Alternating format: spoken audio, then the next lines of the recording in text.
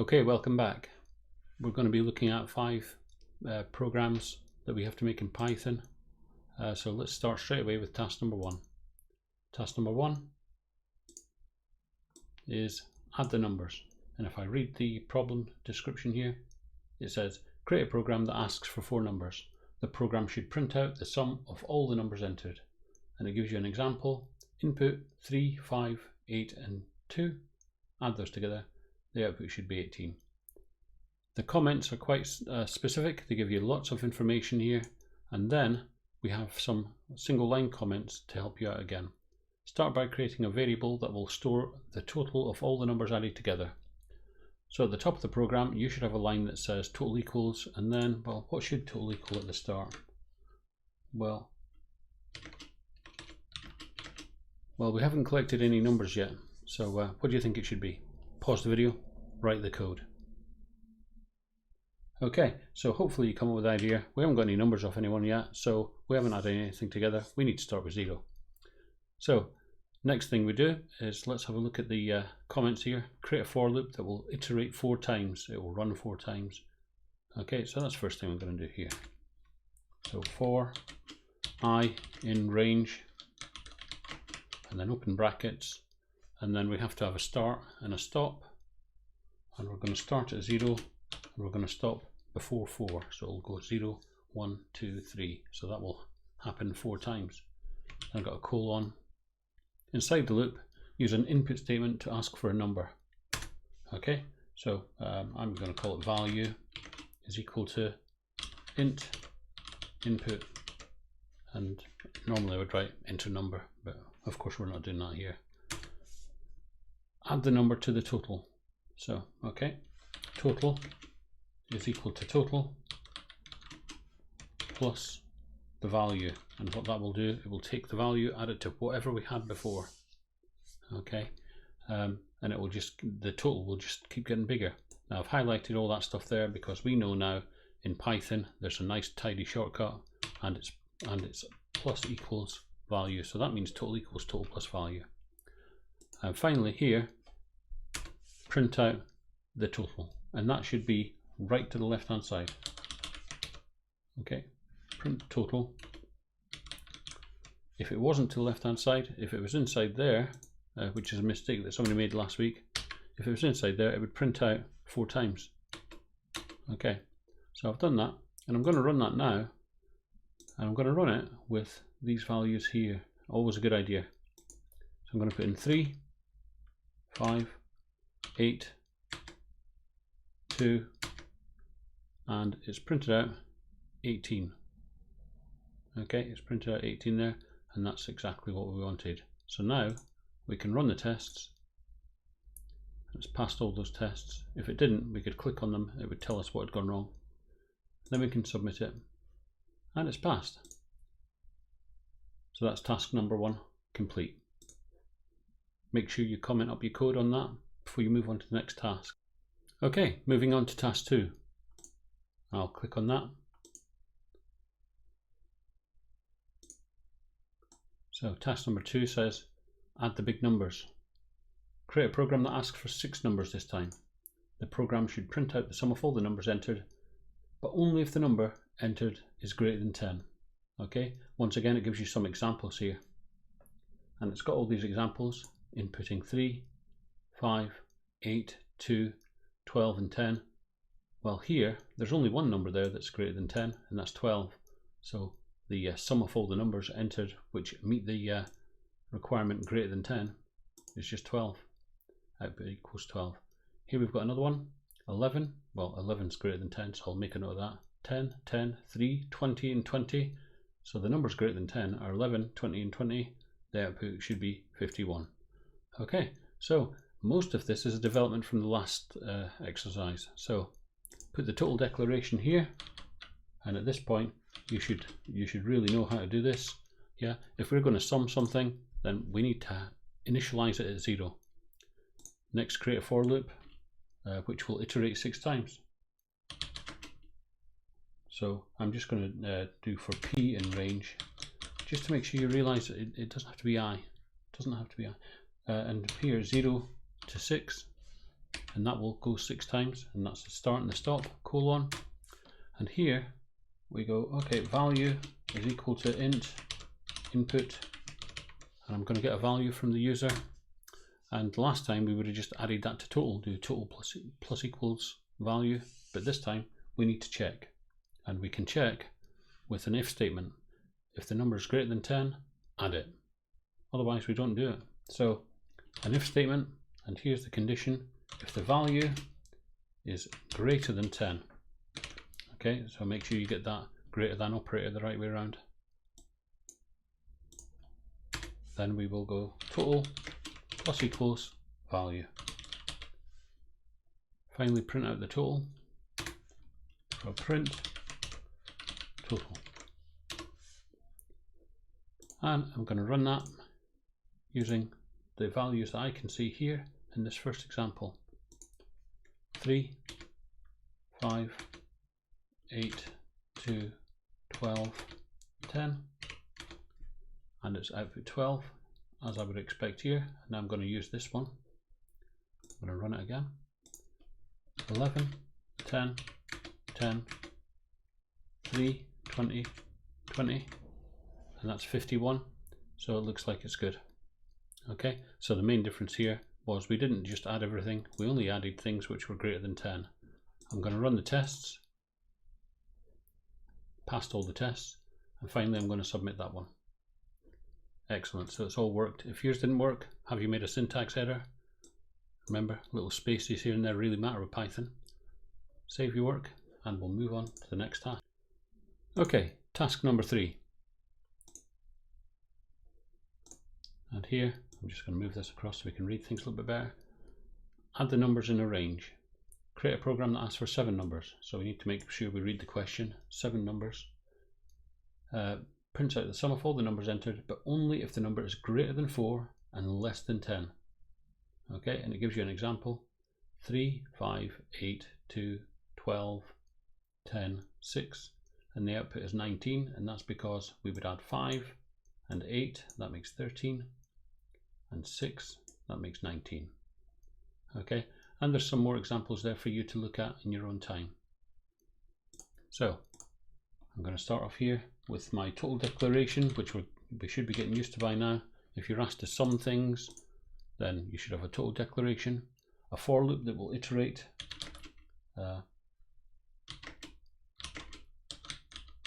seven times, and on this occasion I'm just going to show you that the start variable is optional. If you leave it out, it will just think, okay, it starts at 0.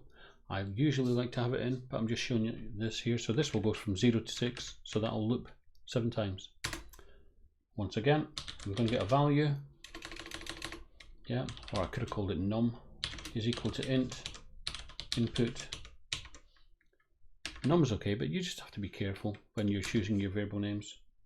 And once again, I've got to have a range. Now here, the range, now I can't see that terribly well, so I'm just going to put that there.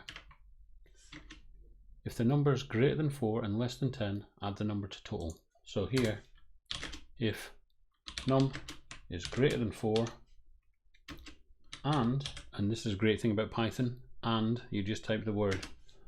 And here, the common mistake people make is they just write and less than 10. But you can't do that. You've got to say and num is less than 10. Okay, you've got to have 2 totally separate statements here. If the number is greater than 4, that has to be true, and num is less than 10, that has to be true as well. Okay, so if those conditions are met, then we can add it to the total. Okay, so we can add num to the total,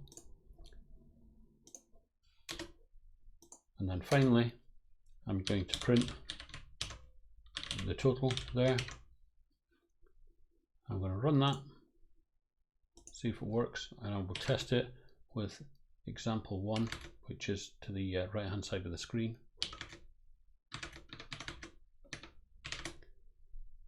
And one more number, 6, 19. So that's great. So that works. You should have enough time to make sure you can test it with example 2 and 3. I'm going to run the tests, passed all the tests. I'm going to submit that and make sure it works. So here, the example was using an if statement with two separate conditions, and it had to meet both of those because it's got an and in the middle. Yeah, if you have an and in the middle, it means you have to be true for this bit and you have to be true for this bit. So the only numbers that were acceptable were 5, 6, 7, 8 and 9. Okay, so this one here is good to go. So I ran the tests and I submitted that, and it's all good.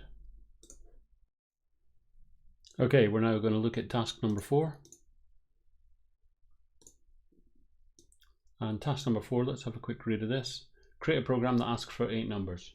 The program should print out the count of numbers, that is how many numbers are entered that meet the following requirement.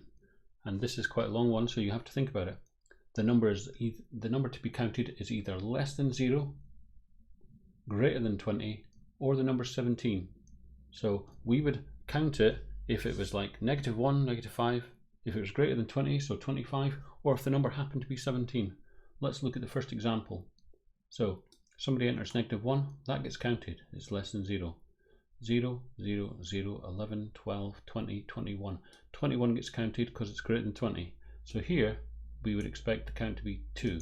Now we haven't added those values together, we've just counted them. Okay, so let's carry on with this task then. So first thing I'm going to do is I'm going to declare a count, and that just identifies how many numbers have been entered that meet the requirement, and the answer to that is 0 at the moment. Next thing I'm going to do is I'm going to have a for loop here, and the for loop will loop 8 times. So for I in range 0, 8,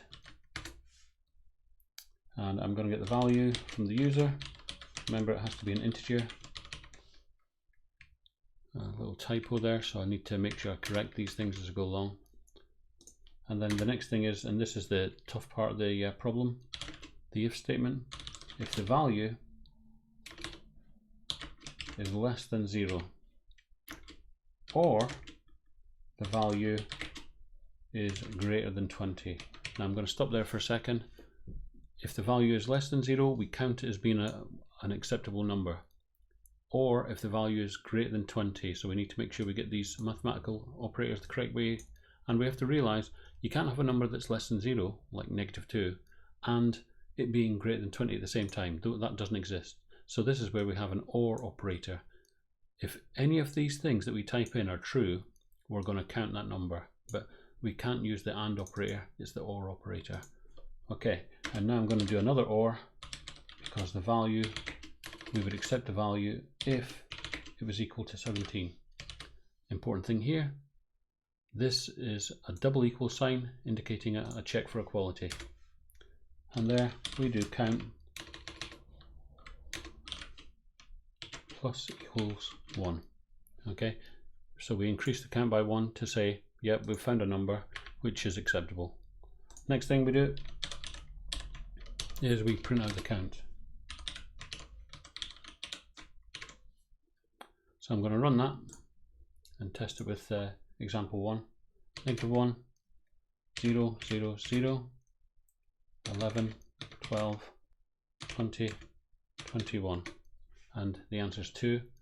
When you're doing this, you can run the other tests as well. So I'm going to run all the tests that are in the system. Let's pass those. And I'm going to submit it, and it's passed all those tests. Excellent. Okay, now we're going to look at task 5, longest name. So task 5 asks us to create a program that asks for 6 names. The program should print out the length of the longest name. There's one example given here where the inputs were James, Will, Alf, Alice, Justin and Christopher, and the output is 11 because the longest name there is Christopher, which is length 11. The important function that we'll need to know here is len, and len will return the length of a string.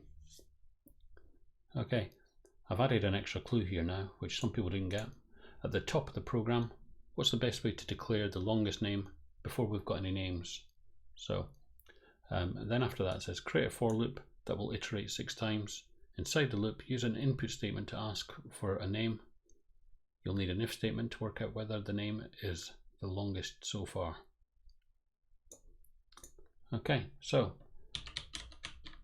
we need something like the word longest, and we need to give it a value. Now, if we made the value 5 already, then if we only got people called Alf putting their name in, then it would say 5, and of course that's not true. So we need to make it something so small that anybody's name will overwrite it. So the shortest name that I know is like Joe, J-O, stuff like that. So that's 2. So we could make it 1. But in actual fact, the best thing to do is make it something like either 0 or -1. And that way, as soon as you get some names, you're going to overwrite that. If you didn't quite understand that, just go along with me just now and see if you can understand it once we've got the whole program on the go. Create a for loop that will iterate 6 times.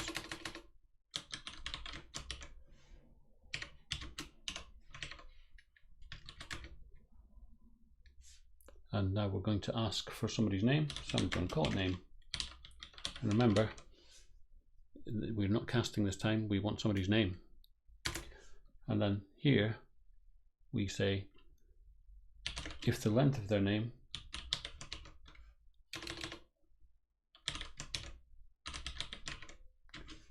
is greater than longest, then we'll have to replace longest with that value.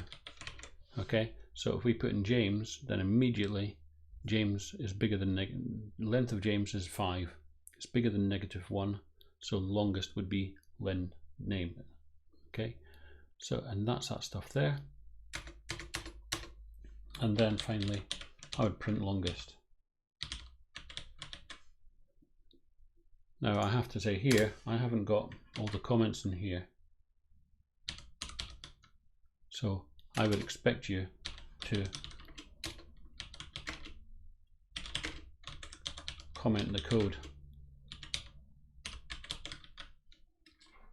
just like that. Okay, and here loop 6 times.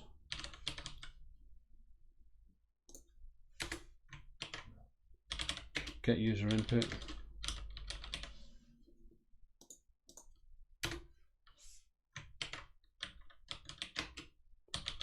Test for longer name.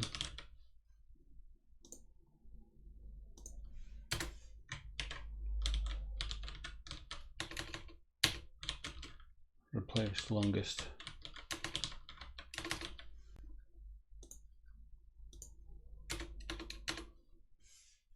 And finally, output or print results. Okay, I'm going to run that now. I'm going to put in James, Will,